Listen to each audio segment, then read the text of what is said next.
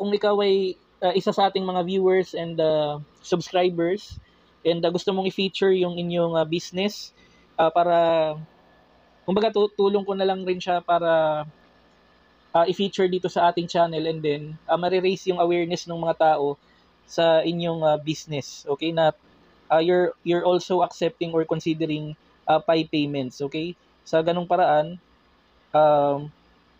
may potential na mas magkaroon kayo ng maraming customers para sa business ninyo. Okay, so ang pwede nyo gawin guys, kung napapanood mo tong video na to, i-comment nyo na lang yung inyong Pi username sa Map of Pi para pwede natin siyang makita. Hahanapin natin through your Map of Pi username kagaya nito. So ito yung name namin. So i-comment nyo lang yung pangalan ninyo sa Map of Pi, Pi username or yung name sa Map of Pi. Okay, klaro yan. And then much better kung meron kayong along with the Map of Pi name, pwede nyo rin comment yung inyong Facebook page. Okay, para mas may tayo visual and mas ma-appreciate ng mga audience natin and potential customers and buyers yung mga goods and services na ino-offer natin. Okay, so feel free to comment lang guys. And ayan guys, welcome back sa ating YouTube channel.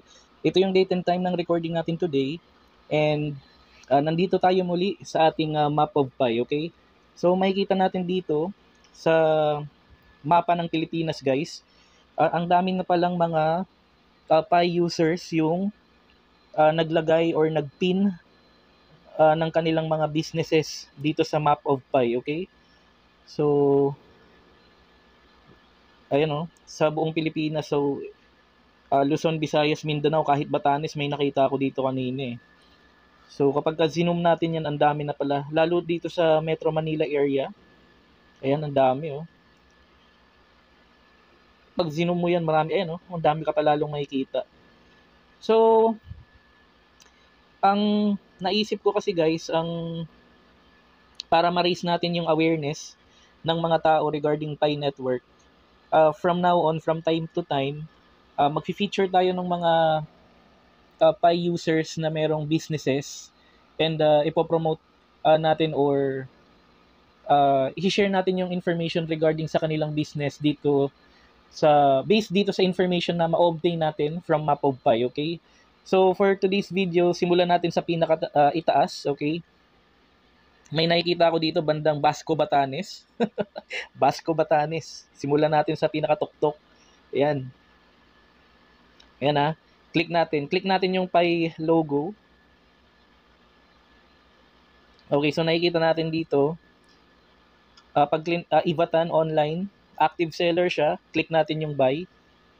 So dito sa first active user na nakita natin sa Map of Pi, located sa Basco, Batanes. Okay, ito yung pangalan ng kanyang business, Ivatan Online Goods. Okay, so for this one, wala tayong makitang seller details and address or position. Pero meron tayong information regarding sa kanyang Pi username, KY Moro. Okay? So, kung taga Basco, Batanes kayo and napapanood nyo itong video na to, kung alam nyo yung location nitong Ivatan Online Goods, siguro may opportunity dito yung seller. Kasi kung ako yung customer and gusto kong bumili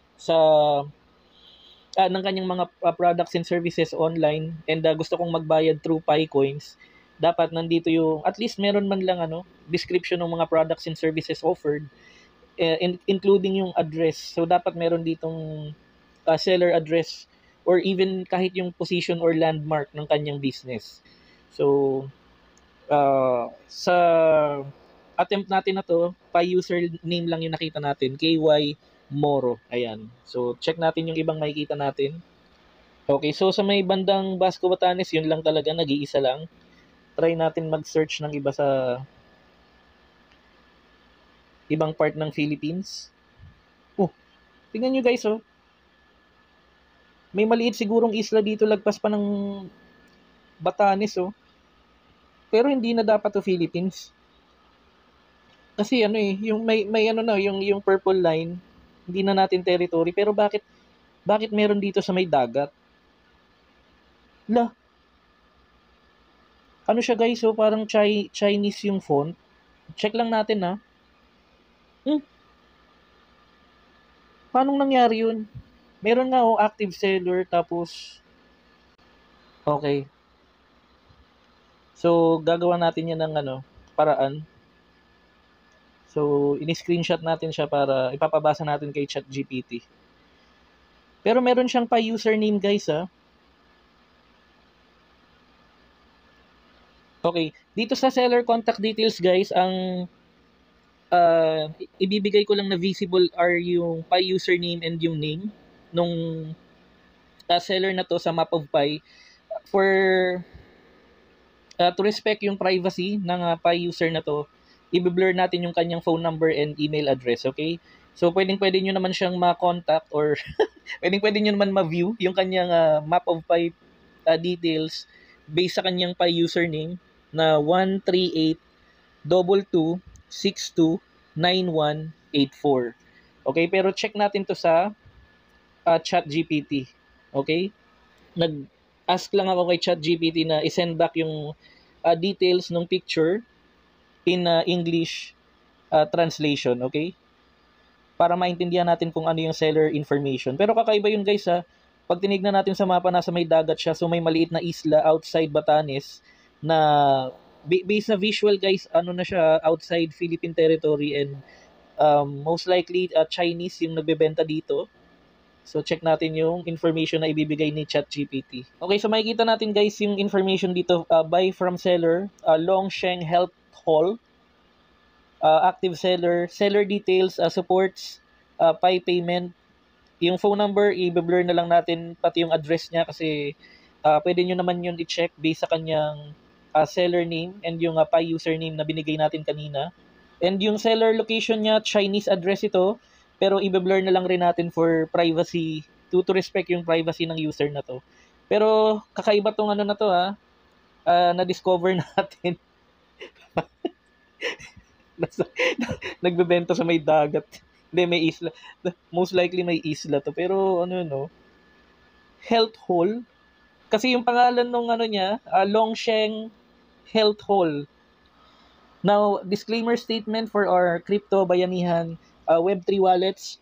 All the information on our website is published in good faith and for general information purposes only and not financial advice.